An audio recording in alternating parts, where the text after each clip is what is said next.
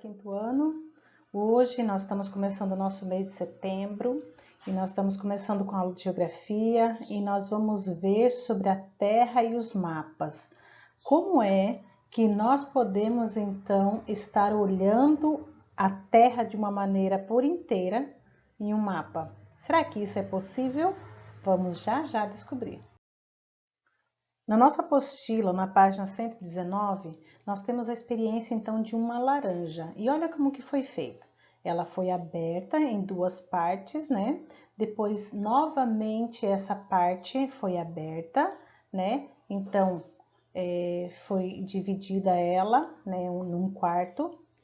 E ela, então, foi retirada toda a parte de dentro da laranja, ficando só a casca. Então, observe que as etapas foram descritas aí. A primeira etapa, a segunda, a terceira, e você vai poder, então, analisar. Olha só, foi retirado, então, partes da casca. Cortamos, então, a casca da laranja e tentamos deixá-la aberta como um mapa mundi. No entanto, isso não foi possível. E para conseguirmos uma aproximação, foi necessário fazer vários cortes na parte superior e inferior da casca. Então, para que a casca ficasse aberta, a laranja tem um formato redondo, né? De uma esfera, talvez meio oval, né? A laranja. Mas, enfim, foi pego uma metade e depois a outra parte também. E ela foi, então, aberta, tirado pedacinhos para que ela tivesse uma abertura, para que ela ficasse no sentido plano, para tentar ver a laranja em um total, nela esticadinha, né, num plano. Assim também nós faremos com o globo terrestre. Nós podemos então apresentar a Terra toda no mapa mundi. Como é que nós vamos fazer? Então, para isso, os cartógrafos precisam alterar no mapa as regiões próximas dos polos. Veja então como que foi feito. A Terra, então, ela é dividida por segmentos, ou seja, por gomos, ao longo das linhas de longitude. Então, as linhas de longitude são aquelas que vêm de baixo até em cima, tá? No sentido vertical da Terra, do globo terrestre, tá? Então, nós vemos aí na imagem que nós temos as linhas longitudinais, tá bom? Do sul até o norte. Então, nós temos um desafio para você fazer, que lá na página 241 da sua apostila, nós temos ali o globo terrestre, ela planificada. Como foi feita a experiência ali da laranja, então ela foi feita lá também. Então, os cartógrafos então tiveram que fazer cortes, né? Separar para que ela fosse planificada. E você vai poder fazer essa experiência.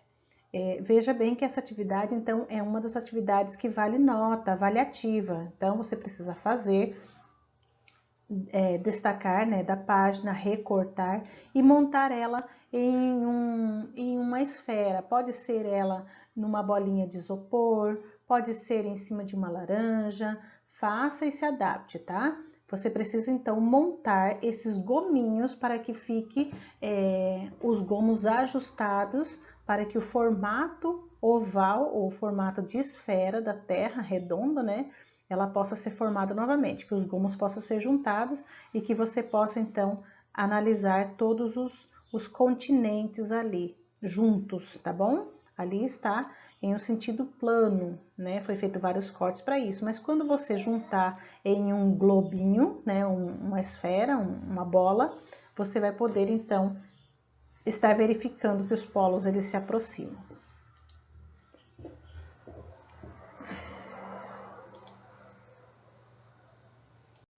Nós vamos então para o questionário dessa aula. A número 6 vem dizendo assim: com base na imagem da página anterior, que é lá do planisfério, né? Da parte da Terra, que parte da Terra é representada mais fielmente nos tamanhos dos continentes?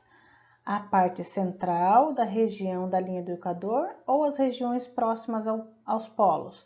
Quais das regiões que são apresentadas que ficam mais fielmente ao tamanho dos continentes? A parte central ou a parte mais da região da linha do Equador, ou seja, mais próximas dos polos? Então, nós vemos que na representação em planisfério, quer dizer, aquela que é planinha, né? Há distorções em todas as formas. E nas regiões continentais próximas ao polo, isso acontece mais, né? Isso acontece devido à impossibilidade de se representar uma superfície esférica, ou seja, redonda, em um plano retangular. Então, a parte que mais vai dar distorção são as regiões da linha dos polos, né? Mais próximas ao polo. A linha do Equador não se mexe tanto porque elas já ficam na região central. Então, as regiões mais próximas aos polos é que dá maior distorção, tá certo? A número 7 vem falando assim, comparando-se a mesma imagem com o mapa mundi, quais continentes precisam ser recortados para abrir a forma da Terra de modo a representá-lo em um plano esférico? Então, quais são os continentes, no caso, que mais sofreriam cortes para que possa abrir, para poder a gente colocar no modo plano, né? Num papel plano. Quais são os continentes que mais sofreriam cortes? Pense, as partes que estão mais em cima ou mais embaixo, né? Então, seria a América do Norte, a Europa, a Ásia e também a Antártica, porque esses aí são as partes mais de cima, né? As partes que sofrem maiores alterações de recorte para poder abrir, tá certo? A número 8 diz, se as regiões abertas forem unidas, formarão novamente a imagem esférica. Isso é um fato. Caso ela seja mantida aberta na forma de planisfério, né? E os espaços vazios nas áreas abertas sejam preenchidos, o que acontecerá com o tamanho dos continentes nas áreas em que foram completadas? Será que eles ficam do mesmo tamanho? Não, né? Na verdade, os continentes se mostrarão muito maiores do que realmente eles são. Então, se nós não juntarmos os gominhos e só formos completar juntando um ao outro, os continentes dariam uma alteração muito grande, né? Então, eles ficariam muito maiores, tá certo? Vamos ao texto, então? Diz assim, os cartógrafos depararam com o mesmo problema ocorrido na experiência anterior. Como representar a Terra esférica, sendo ela redonda, em um papel plano? Qual seria a solução encontrada, então? Sabe como que foi? Foi fazer uma projeção. O que é uma projeção? É uma representação plana do mundo ou de parte dele a partir de linhas horizontais e verticais imaginárias, tá? Então, eles teriam que fazer uma projeção, né? Fazer umas linhas imaginárias. Os planisférios sempre apresentam distorções nas áreas continentais mais próximas das regiões polares. Portanto, essa representação mais fiel da Terra é a que se faz no formato de globo. Então, quando nós temos um globo terrestre, fica a parte mais fiel da Terra, representada da Terra. Então, quando nós vemos um mapa, nós vemos que há muitas distorções. Por quê? Porque o mapa, ele é um plano, né? É um papel plano. Então, deveria fazer como a gente fez ali com a experiência da laranja, transformar ele em gomos, né, linhas imaginárias, para poder abrir e dar espaço, tá certo? Então, o exercício 9 vem falando, como a prof já falou anteriormente, você deve construir então o seu globo terrestre utilizando a imagem disponível que está lá na página 241, né? Então, a prof já explicou antes que você deve então recortar essa imagem, né? Os gominhos, você não precisa dividi-las, tá? Separar uma da outra. Corte só a parte de cima e a parte de baixo, porque a parte central ela pode estar ainda ligada uma à outra para não dar tanta confusão para você, tá certo? Veja então, meça de uma ponta a outra, de uma extremidade a outra, para que você possa estar sabendo que tamanho de bola que você vai usar. Seja ela uma bola de isopor, uma laranja, é mais provável pelo tamanho da imagem que ela seja mais para o tamanho de uma laranja, tá certo? Então, mais ou menos aproximado do tamanho de uma laranja, você pode ser a sua bolinha de isopor. Se você tiver uma outra bola desse tamanho, você pode então estar adaptando e fazendo essa colagem. Lembrando que essa atividade é uma atividade avaliativa que vale nota, tá certo? Letra A. Onde estão localizados os polos e a região equatorial da Terra? você vai estar então localizando essa parte. Então os polos se localizam nas extremidades, tanto norte quanto sul, tá?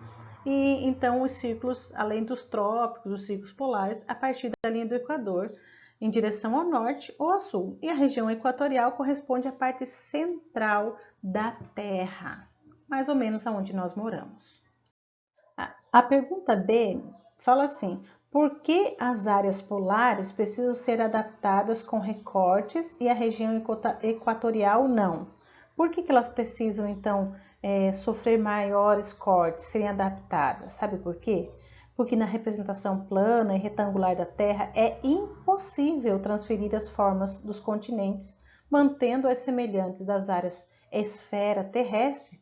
Então, é preciso o quê? As regiões, então, elas precisam sofrer as regiões polares, né, tanto do norte quanto do sul, elas precisam sofrer algumas deformações diretamente da região, diferentemente, né, da região equatorial, que a região equatorial ela não sofre tanto dano porque ela está bem ali no meio do círculo, né? Ela não precisa sofrer tanta alteração. As partes polares, né, tanto o norte quanto o sul, é que precisam sofrer os recortes. Letra C. Localize o Brasil em um globo terrestre. Nosso país está mais próximo de que região? Será que está mais próximo da região equatorial, que quer dizer mais no meio do globo, ou mais perto das regiões polares? Né? Então você pense, olha onde está o Brasil, localize o Brasil aí bem, que está bem no centro. Ele está mais perto das regiões polares, lá em cima, ou mais para baixo? Não, ela está bem próximo da região equatorial, não é isso? No nosso texto complementar, vem falando sobre o planisfério de Cantinho e vem contando que alguns historiadores falam que Cantinho, em 1502, ele foi o primeiro que aparece, então, que ele fez um mapa e que aparece o Brasil, onde identificou com árvores, aves azuis e vermelhas na região, então, litorânea. Acredita-se que Cantinho ele foi um espião e ele obteve esse documento clandestinamente em Lisboa, né, Portugal, e ele vendeu a um italiano. E esse mapa, então, tinha algumas dimensões originais, né? Ele era grande e ele foi confeccionado 2 anos depois, curiosamente, né? 2 anos depois de Portugal ter chegado às terras que hoje nós denominamos de Brasil. Observe que eles têm algumas linhas, então, horizontais paralelas e algumas linhas verticais, que na época recebeu o nome de linha de Tordesilhas, em referência então a um acordo de divisão das terras firmado entre Portugal e Espanha em 1494. Então nós vamos ver na número 10, pergunta assim, ó, quais semelhanças e diferenças existem entre o planisfério de Cantinho e o atual no que se refere aos seguintes aspectos. Então nós vamos ver sobre os continentes, a comparação do Cantinho e dos mapas de hoje. Então, nós vemos que no planisfério de Cantinho, a forma dos continentes africano, europeu e asiático é muito semelhante à atual. Contudo, as Américas não estão bem definidas, a Oceania e a Antártida não aparecem e os continentes não estão divididos em países, né? Agora nós vamos ver sobre os oceanos. Os oceanos, eles não são nomeados, né, conforme os mapas de hoje, mas as águas em que compõem eles estão posicionados nos mesmos lugares, mas eles não estão representados na cor azul, como nós vemos hoje, né? E as linhas horizontais e verticais, nós temos então a presença de poucos paralelos, né? Poucas linhas horizontais, e na linha do Equador está praticamente no mesmo lugar que é representado hoje, né? Não há meridianos, então existe poucos paralelos, não há meridianos, e conta apenas a linha de Tordesilhas, que foi aquele tratado. Então, tem o traçado no Oceano Atlântico, né, que é a linha, né, que é o traçado no Oceano Atlântico, e a leste do que viria, então, a ser a atual América do Sul. Então, a linha está ali. Quanto à representação do mundo e dos continentes, no planisfério de Cantinho, a representação é plana, como nos mapas em geral. E nele só não aparecem os continentes que os europeus ainda não conheciam até o início do século XVI, tá certo?